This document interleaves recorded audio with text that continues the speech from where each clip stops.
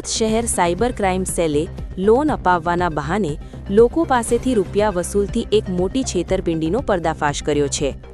પર્વત પાટિયા વિસ્તારમાં આવેલી એપિક ફાઇનાન્શિયલ સર્વિસ અને ચૌહાણ બ્રધર્સ ફાઇનાન્શિયલ સર્વિસ નામની ઓફિસમાંથી કોલ સેન્ટર ચલાવી લોકો સાથે ઠગાઈ કરવામાં આવી રહી હતી. આરોપીઓ સોશિયલ મીડિયામાં જાહેરાતો આપી ઇન્કમ પ્રૂફ વગર લોન અપાવવાની લાલચ આપતા હતા અને પ્રોસેસિંગ ફી તરીકે ₹799થી ₹999 સુધીની રકમ વસૂલતા હતા, પરંતુ બાદમાં કોઈને લોન આપવામાં આવતી ન હતી.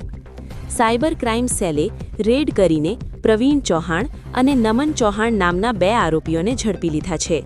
તપાસમાં ખુલ્યું છે કે જુલાઈ 2025થી અત્યાર સુધીમાં 10 લાખ રૂપિયાથી વધુની છેતરપિંડી કરવામાં આવી છે. આ મામલે સાયબર ક્રાઇમ પોલીસ સ્ટેશનમાં ભારતીય ન્યાય સંહિતા અને આઈટી એક્ટ હેઠળ ગુનો દાખલ કરી વધુ તપાસ હાથ ધરવામાં આવી છે. તમે જોઈ રહ્યા છો ATV news channel bureau chief Bharat જરીવાલાના સાથે.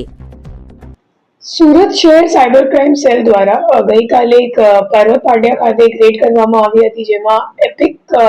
ફાઇનાન્શિયલ સર્વિસ નામની એક ઓફિસ ચાલતી હતી, જેમાં અમે લોકોને બાતમી મળી હતી કે ત્યાં એ લોકો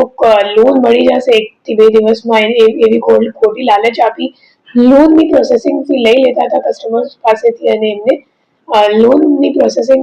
નહીં કરતા હતા. એવી રીતે બાતમી મળતા અમે લોકો ત્યારે જ્યાં રેડ કરી તો ત્યાં એક સંચાલક અને એના સિવાય 6 ટેલિકોલર્સ ત્યાંથી મળી આવ્યા અને પૂછપરછ કરતા, તપાસ કરતા અને તમામ ડોક્યુમેન્ટ જોતા ખબર પડી કે એ લોકો 5 થી 5 લાખ રૂપિયા જેટલાની લોનની વિશ્વાસ આપતા હતા કે 1 થી 2 દિવસમાં ઝડપથી અમે લોકોએ પ્રોસેસ કરાવી દઈશું અને એવી વિશ્વાસ આપીને સામેવાળાથી